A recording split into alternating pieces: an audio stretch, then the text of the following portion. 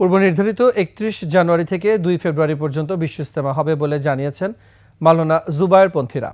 সাতপন্থীরা এ সময় ইজতেমা করতে চাইলে কঠোরভাবে প্রতিহতের হুঁশিয়ারি তাদের। এদিকে জুবায়েরপন্থী হিসেবে পরিচিত হেফাজত নেতা মামুনুল হকের কারণে অস্থিরতা বাড়ছে বলে দাবি করেছেন সাতপন্থীরা। বলছেন জুবায়েরপন্থীরা লাশ নিয়ে রাজনীতি করছে। দীপু শিকদারের আরও একটি রিপোর্ট। বুধবার ভোররাতে তাবলিগ জামায়াতের মাওলানা সাদ ও জুবায়েরপন্থীদের মধ্যে সংঘর্ষের পর টঙ্গীর তুরাগ তীরের বিশ্ব ইজতেমা ময়দান ও আশপাশের এলাকা এখনো থমথমে।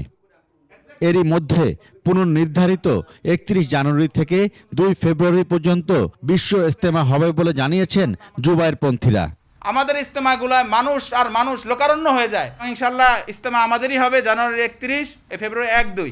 সাতপন্থীদের ইজতেমা করতে দেয়া হবে না বলেও ঘোষণা দেন তিনি। হযরত উলামায়ে কেরাম সবারই এখন একটাই দাবি, মাওলানা সাদ সাহেবের দেশীয় লোক অনুসারীদেরকে নিষিদ্ধ ঘোষণা করা হোক।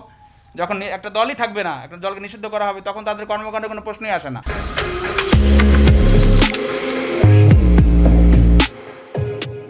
আরেক সংবাদ সম্মেলনে সাতপন্থীরা দাবি করেন জুবায়েরপন্থীরা লাশ নিয়ে রাজনীতি করছেন। আমাদের সকল শান্তির আহ্বানকে তারা উপেক্ষা করে তারা তুরাগ নদীকে রক্তের বন্যায় ভাসিয়ে দিতে চেয়েছে। আমরা জুবায়েরপন্থী সর্বোচ্চ মহল যারা এবং ওলামায়ে কেরামকে যারা নেতৃত্ব দিচ্ছেন তাদের প্রতি আমরা আহ্বান জানাবো যে এমন পরিস্থিতি দ্বিতীয়বার না ঘটে।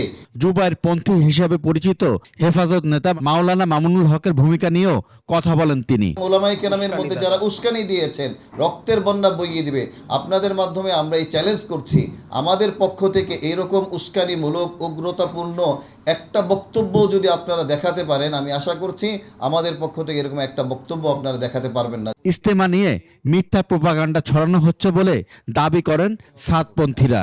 আমরা অবশ্যই আমাদের ইজতেমা করব। দীপু শিকদার, ২১ টেলিভিশন, ঢাকা।